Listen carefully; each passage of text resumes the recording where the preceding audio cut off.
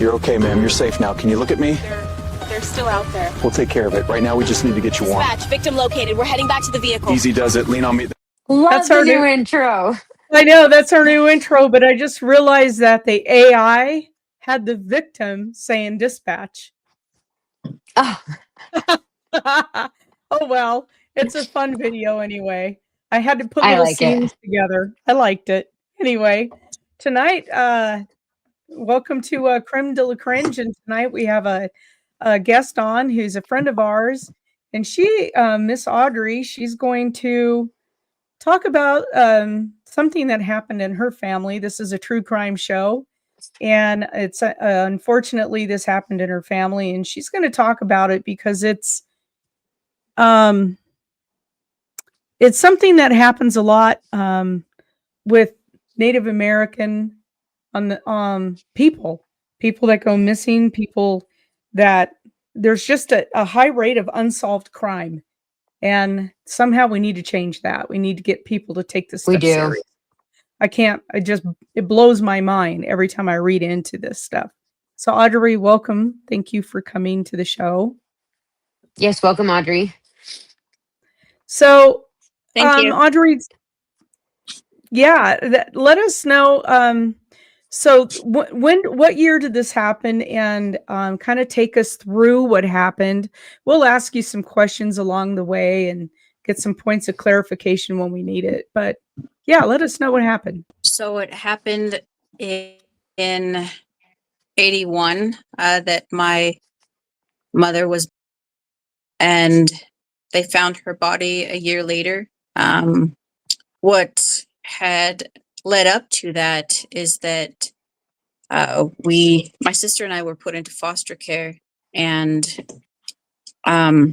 she would come and visit us, and then she would visit us regularly, and then at some point she stopped showing up for her visitations, and that's when they started looking for her, and nobody could find her, and then her bones were found a year after she had been murdered. Wow. Where did this and take place? the story goes in Clark County, Washington State. Okay. It's a very, I guess, complicated story.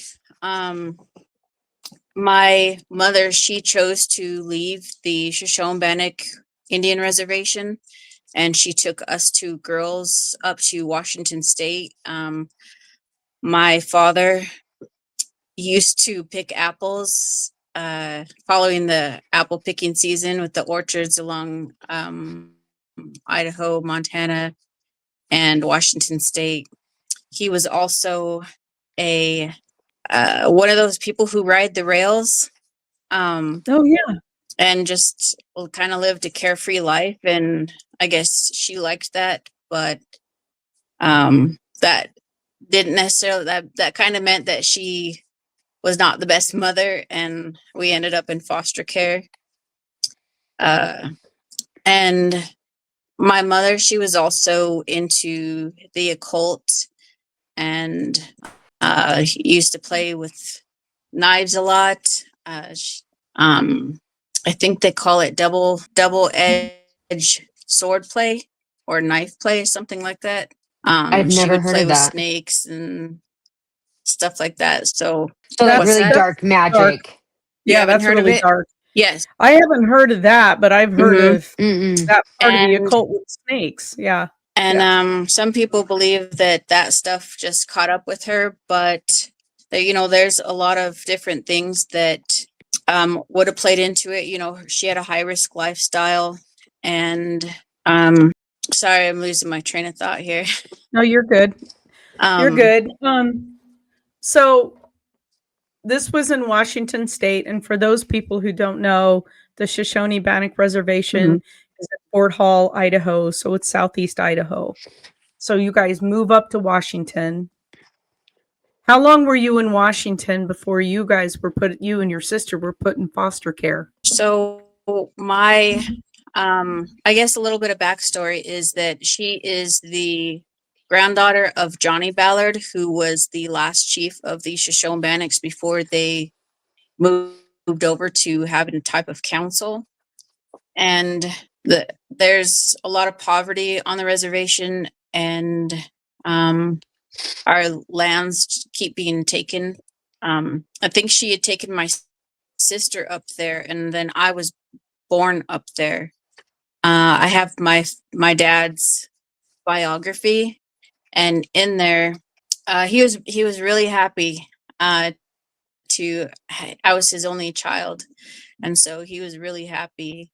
But you know, again, her high risk lifestyle, she would be off on her own, doing her own things, and um, so I think maybe even before I was 1 year old, we were put into foster care. Oh, dang. And like I said, and even when she came and would pick us up for visitations, we would come home and we would have like a charcoal upside down crosses on our forehead. And my sister remembers having to drink lamb's blood. And all of this is in the foster care reports too. So yeah, she was found with a single gunshot wound to the head. And they identified her through dental records. Was at the time when we had I think I'm sorry, folks. There's a delay between what's her that? and us. So, just to, you told me earlier, Audrey, that at the time they found her remains, wasn't it? The Green River Killer was working up there at that time, and they thought there could have been a connection. Was that right? So they had so because she's Native American, the FBI is involved. And my father was questioned in it. She had left him and went off with other people. I don't know who, or she was always with a group of people. And my father was questioned by the FBI. Eventually, that's how I found him, was through the FBI when I turned 18. But she was also, it was during the same time as the Green River Killer and Ted Bundy. There was another serial killer active during that same time.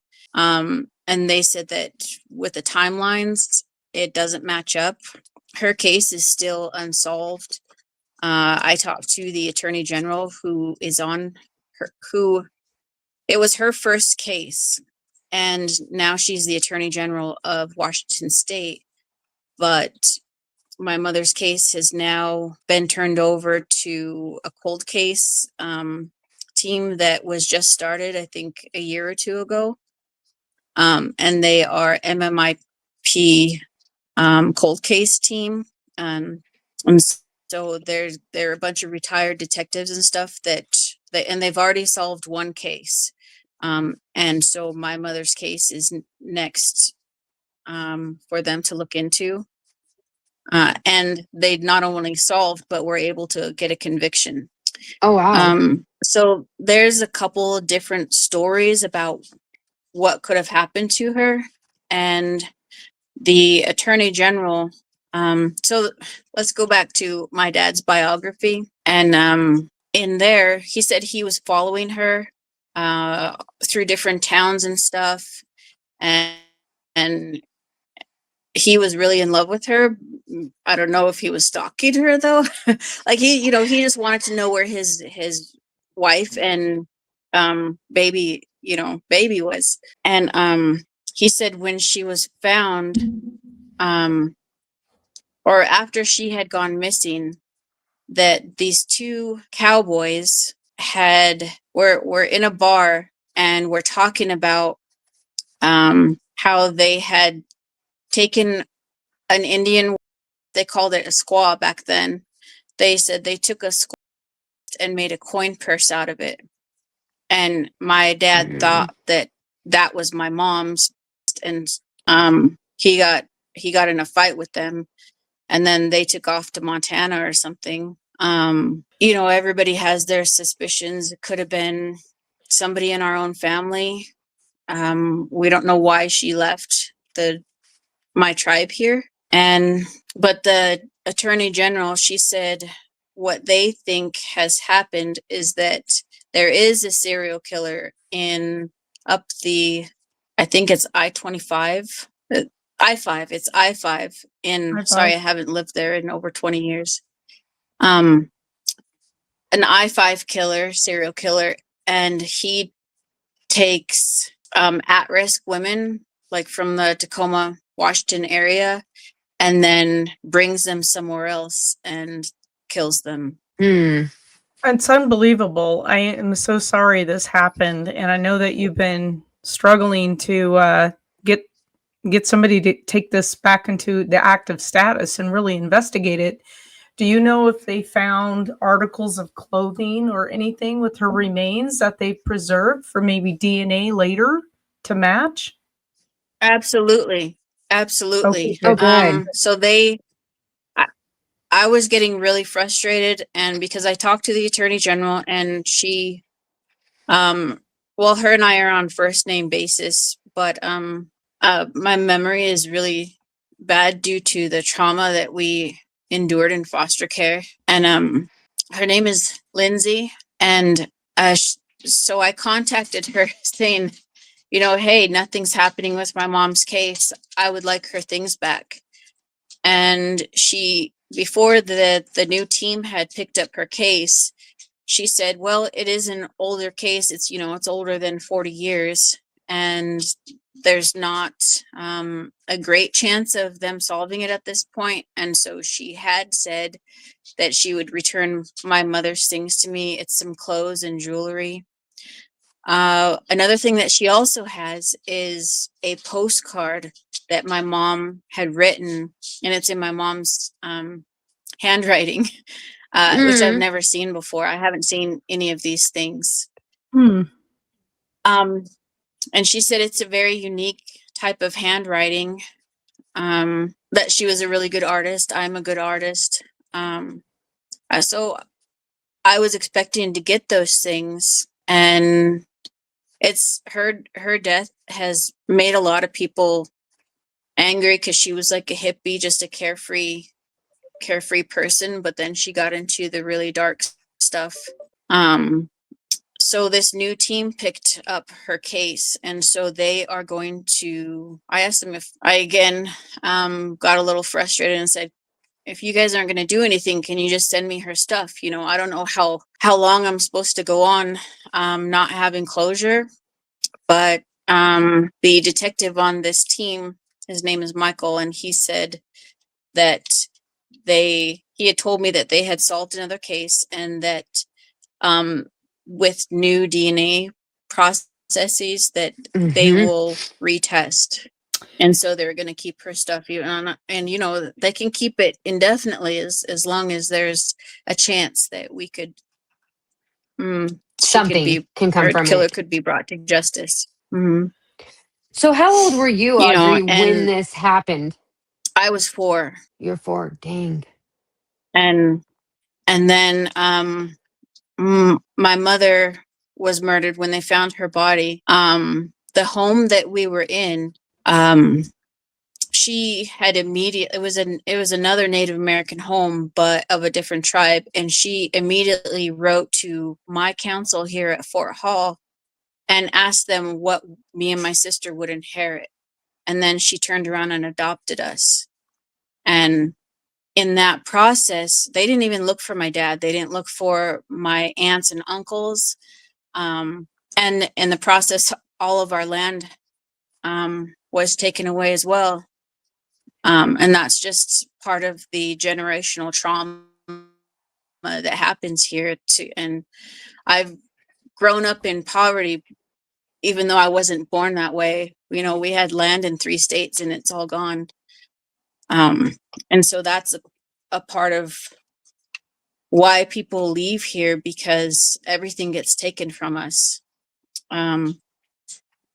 But when I turned 18, you know, and all growing up, I knew that I had a sister. I knew of my dad. And when I turned 18, I started looking for both of them. I found my sister. Monica. She was in Utah. And I found her because I just started, back then there were phone books, and I just started going through phone books and calling every waterfall that uh, that would answer the phone. And I found out that we all had different dads, my two sisters. Her grandparents lived just, I think 30 minutes away, and they flew her up and we met for the first time. And Aw. unfortunately, in 2009, she died in a rollover on the 15 down in Utah. When I first started looking for my dad, like I said, he was questioned in my mom's murder, and so he was on record with the FBI. I called down there in the Pocatello FBI, and they wouldn't give me any information. Obviously, it's an open case. And then I know I probably shouldn't say this, so I don't want to get anybody in trouble, but I did speak with one of the investigators that were on my mom's case, and he was retiring, and he said, this is the last. So this was 5 years after 5 years of me. I'd put ads in newspapers, anywhere I ever heard that he was, and just reading newspapers, trying to see if I could find any evidence of his life or anybody who knew him. But this investigator, so I started looking when I was 18. I was 23 when I finally got a hold of, when this investigator told me that he was retiring and this was his last good deed on the job, was to give me my dad's phone number and last known address. And I called it for a month straight, and it just rang and rang and rang. And then I had lost my job, and I called it. My friend and we both lost our job to outsourcing. And I told my friend, this is the last time I'm going to call it. Nobody ever picks up. And I call, and my uncle answers. And I said, this is Audrey. And mind you, I'd never met them. They never met me. And he said, I know just who you are. And apparently I'm named after my grandma, Audrey. And since we both lost our jobs, I said, why don't we go see him? And so we drove down. I was living in Denver at the time. And so in the middle of winter, and my friend had his car broken into that day. So he had a smashed window and metal coming out of the tires. But we still drove all the way down to Arkansas to go meet my uncle. And then ever since then, I've been going to their house for Thanksgiving. But my aunt, who I have the same birthday with, she had saved his duffel bag. And, he just had random clothes, an army jacket, and a wallet. And in his wallet was a baby picture of me. Oh, That's so wow. awesome. So, Yeah. It shows you that he never forgot and you. my Like, that he always that kept side you. of my family, no, and that side of my family is wonderful, and it makes me wonder just like what my life would have been if they had raised me instead, if the tribes hadn't kept me and my sister away from our families, and how many other children are going through this that are kept away from their families because of things like the Indian Child Welfare Act, which demands that Indian children are kept in Indian homes. But it also requires that they're supposed to be looking for our families for placement first before ICRA takes comes into That's play. really frustrating. I can't imagine Audrey living with that. And I've actually looked into fostering out here and been told no, Indian only homes. And yeah, it's tough. So And frustrating because a lot of them do As it just somebody for who grew the up in foster money. care, they do. I went to many homes because my sister, the trauma that we experienced, she would scratch her face and scratch her arms up, and they wouldn't separate us, and so we got sent to a lot of homes, and um they're mostly just single older women, and we're all shoved into one room with 6 to 8 beds. We're not allowed to eat with anybody.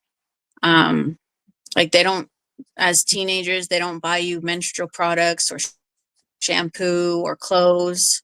And every home you go to, your stuff gets stolen again. And so you're living out of a trash bag. That that's so aggravating. And is so this still that's going on?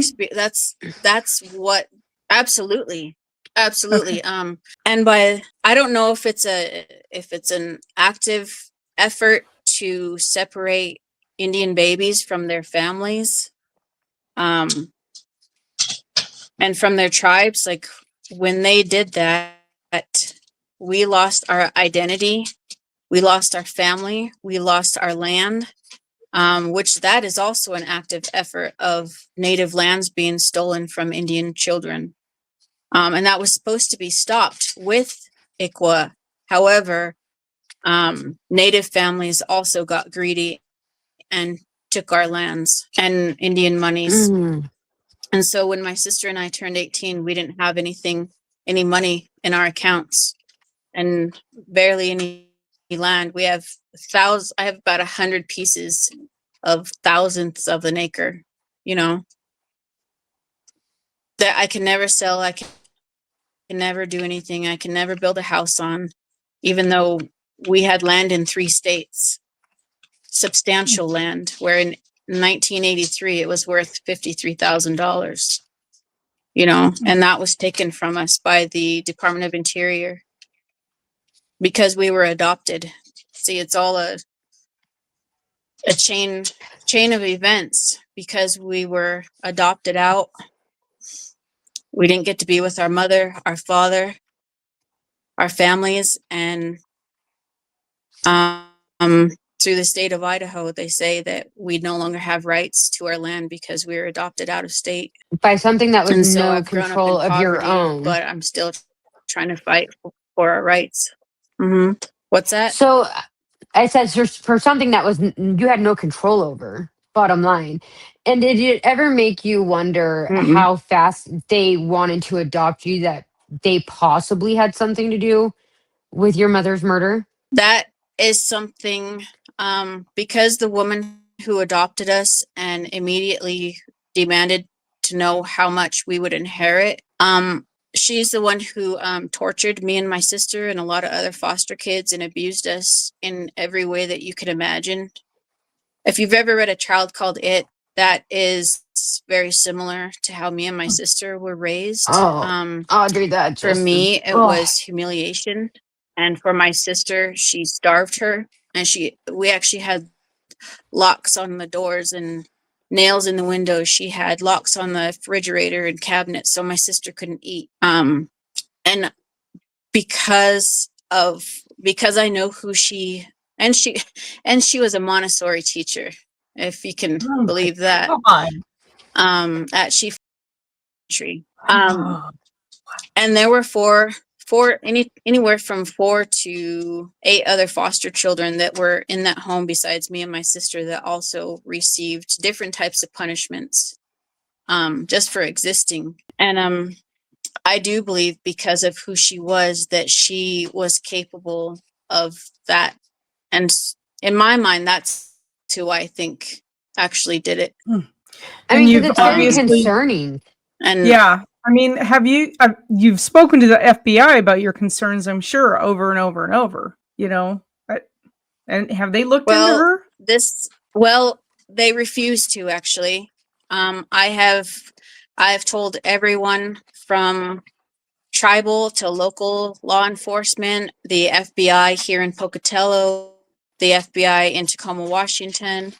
But this lady, her name is of the Puyallup tribe, and she actually died in 93. So there's not really anyone to prosecute. But it would still be closure for you and your Yeah. sisters. I mean, Yeah. But Yeah, I so mean, if I'm she's gone, kind how of do they banking on. match DNA? yeah. You know, that would be the thing. Like, how would they test the DNA now if she's gone? Unless there was something of hers left, that it's unlikely, you know? From the woman who abused us. Yeah, the one Yeah. who you think could be involved. I don't. I would think that she would either pay somebody or in our native family down here in Fort Hall. My uncle believes that it could have been somebody in our family. I mean, when you live a certain type of lifestyle, you make enemies, and I just don't know. There's a lot of possibilities, so I'm kind of hoping it's not hope, but for closure. I think that would be important. But at this point, it has been a long time, and so my fight now obviously is to bring awareness to what's happening that is still going on, but to prevent other children from going through the same thing that my sister and I did, because it's even there are many ICWA violations here on the Fort Hall Indian Reservation, and these are children that are torn away from their identity, and we are neither accepted in either world. You know, life is very hard for me on this reservation because of my dad, because my mom loved my dad and he's half white. Hmm. But the identity is very. I was still raised in a native home, but she had, tortured us and abused us. I would have been happy, like Colleen, you said you would be willing to foster children. I would have been happy in any color home as long as there was love. I don't know what love is, you know. And I think my mom was adopted. My mom and uncle were adopted out as well. So it's an ongoing cycle. And they've all, everybody on my mom's side of my family and my native side are all dead or addicts, and serious addicts, to where there's no coming back from it. And so this is ongoing generational, and it just keeps happening, and there's almost no escape from it when the government and those tribal officials are the ones doing this to us. And It so I seems also blame my mother being murdered on my tribe for even making them leave.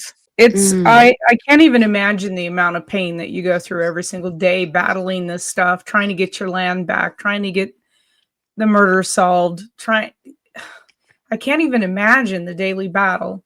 And my heart breaks for you, Audrey. It really does, because no one should have to live like this. No one should have to grow up with No, this pain. And the fact that it's still going on, that's what it's floors me. disgusting. It It's is just disgusting. disgusting. Well, and I know it's still going on because And I Yeah. see it going on. very close See it to going in on. proximity. Yeah, very close Yes. in And proximity and to when what's going on. Mhm. and the children that are adopted out that come back, they are treated very poorly and with cruelty and suspicion for things we had no control over. And we're just No. trying to find our families, who many times we don't even know who they are. And the simple fact of even looking for them brings suspicion. We're considered an outsider and we are never integrated into our own tribe. And that's so sad because all you're trying to do is figure out your identity, figure out who Yeah. you are, where you come Mhm. from, all that. You were a child. You had no say or control in anything. And I think what frustrates me the most about the indigenous is when it comes to especially murdered women, you don't hear about it. There's nothing talked Mm-mm. about it. I mean, and with any indigenous person, I mean, we live close proximity to Fort Hall, and I don't know about 99% of the stuff that goes on out there. And it's so aggravating to me that it's not talked about more and it's not explored more to help solve these cases. One like your mother. Now, was your mother murdered on an Indian reservation, or was Mm-mm. she murdered outside of the reservation? She was found on the side of a highway, Mm. about 10, I think they said 10 or 100 feet off of the highway. So no attempt to conceal her at all. At all. That's And it mind took him a blowing. year? Yeah. Well, was forested, right? So she was probably in the trees up there in Washington, right? Clark County isn't, I don't think there's a lot of trees, but I don't know what it would have looked like. I don't remember what it would have looked like in 81. Okay. But it had to be, if the theory of a serial killer is true, I would imagine it would be a trucker, which most serial killers are. And it would have to be off of a truck, off a road, that would be Yeah. easy to bring her to. Yeah, but I-5 is so busy, and it was busy in 81 too. That's what's so mind-blowing about this, if it was Yeah. I-5, because that's the corridor to go all the way down to Mexico, right? It goes all the way up to Canada. So it's just really, really busy, even back then, because we traveled it all the time in California. And I can't imagine, I mean, there was the I-5 killer in California and Oregon back in the They 80s. traveled all. There are these true crime books that were written about serial killers in the 70s and 80s, and I wish I could remember her name, who wrote them. She was a detective, and then she started writing true crime books. It But wasn't Anne there Rule, was are, it? yes, I think so. She was Ted Wait, Bundy's next is door it? neighbor. Anne Rule. She wrote all of them. Yes. And I yeah. I I Hmm. read her books, and to try to see if I could, and that's another thing I know about serial killers, because I've been trying to also find any similarities between what happened to my mom and um her. I had to stop reading her books because I I I couldn't even get into my car without looking underneath it, looking in the back Mhm. seat, Yeah. looking around wherever I go. And because they're so prolific. And one thing I try to impress upon young women these days, well, any woman, is to be aware of your surroundings, because you are being hunted. And it's a really terrible thing to say, but it's true. You're being hunted by the worst people on earth It's true, who want to but do bad things to you. for all of the things that you've gone through, you've also done some remarkable things. You were in 2 branches of the military. I mean, that's remarkable. You've done good things, and your art is absolutely phenomenal. I would love to show you some of your art pieces on our show sometime because they're phenomenal. I mean, there's a lot of good things. I know the trauma. You talk about the trauma that you're dealing with every day, and when you're friends with somebody who has this much trauma, all you want to do is give them a hug every day and just try to take it away. And there's nothing that we can do. And I don't, there's got to be somebody that can help in these situations. There's got to be somebody out there that can help you because it doesn't sound like they're helping. The land, that your I mom, I have mean, all of it. I, I'm every time I say I'm exhausted, something else happens, which sets a new fire in me. And I was almost to the point of saying, you know, I can I can try to live my quiet little life, and but then I hear another story about things like this, and kids being taken away from their families, and or I don't know, and other women this is happening to, little girls. And I'm just like, this has got to stop. Like, and so my next, I don't want to say what my next move is, but it does involve speaking to the Senate Committee of on Indian Affairs. And Good. because we're being Ab- ignored, like I said, I Absolutely. have contacted local and tribal law enforcement, they won't even reply to me. Chief or Pierce County Sheriff Swank said that he would help me online, but then all he did was push me off to somebody else. Tacoma FBI hung up on me. Another FBI agent here, he did sit for an interview with me, but then said he would not be investigating any of the abuses that we incurred. They straight up told me to my face, my own tribe and the FBI down here told me that they would not be investigating, that they believed me. Wow, thank you. But that they would not be investigating. I have told Representative in Washington State, my congressman, Attorney General, Office of Inspector General. I've tried contacting, who is that? Nancy Grace, Chris Hansen, anybody that you can imagine. I have tried to contact, and not a single person even responds to me. And that's what I mean. Oh, and Native American Relief Fund, Indian Civil Rights, they have all said that they would not be assisting me. Because then it brings a light to the problem. So that's where, what's Yeah. that? And they don't, I said, because it brings light to the problem and they don't want to do that. Right. If they don't even talk to me, if they don't even acknowledge I exist, then they can turn their backs on us, and The it will problem don't continue to exist. happen. Yep. Right. And that's Well, just, And if there's anybody out there that listens to this podcast that has any ideas whatsoever, please drop a comment and let us know your ideas, because this is wrong on so many levels. And Audrey's not the only one that this has happened to. There's thousands and thousands of Indian kids that have been ripped away from their homes and have had horrible things happen to them. I can't believe how many murders that just go on in Fort Hall on the reservation that you will hear that about. none of us know Mhm. about. Yeah, well, either you don't know about them or you hear that they found a body and then nothing. There's Yeah, never that's it. anything else. There's no No. follow-up. There's Many just go they found a unsolved. body. Like there's, Yeah, and Yeah. like are considered epidemics in Indian country, and nobody will help us. Nobody will convict them. Sovereign immunity protects them. They hide behind it. And like the woman who abused my sister and I, she was a school teacher, a Montessori school teacher, and the Puyallup tribe covers up and protects the other perpetrators who were involved. They've never been brought to justice either. And I've included their names in every communication, and they've never even got a knock on the door from law enforcement.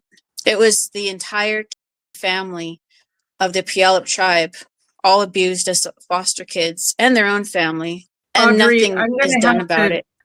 but this is mind blowing to me. And I know you see, because I dig and I look for this stuff, how many Native American children go missing, particularly girls, vanish. There was Yep. another girl down in New Mexico that she's been missing for a couple of weeks, and they found her dead. Not by herself, Her own body. hands. Yeah, they found her body. And it's like every single day another Native American girl goes missing, and it's like nobody's doing anything. I don't get this. I mean, I don't there's understand it kids that either. go missing, white kids, black kids go missing all the time, but this is, if you compare the numbers for how like, I would like a statistician to compare these numbers of missing for how many Native American people are out there versus how many kids are missing. It's ridiculous, and no one does anything. Nothing. When any statistics come out for any crime, any type of statistic, Native American crime rates and people missing and everything, we are not even counted because the numbers are astronomical.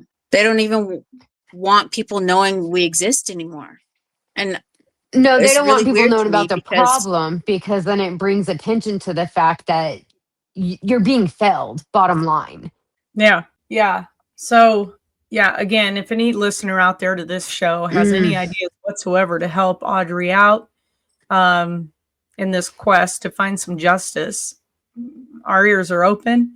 We'll give the information directly to Audrey, and she can take it and run with it.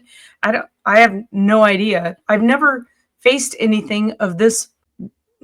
It's so monumentous. I have monumental. I haven't faced anything that large to deal with in my life. You know what I mean? And it makes me feel like I feel bad about some of my trials and tribulations are nothing compared to what you're going through. And I just can't, yeah, you're such a strong woman. You just keep moving You forward are. and you keep fighting the fight. And I'm really proud of you for that.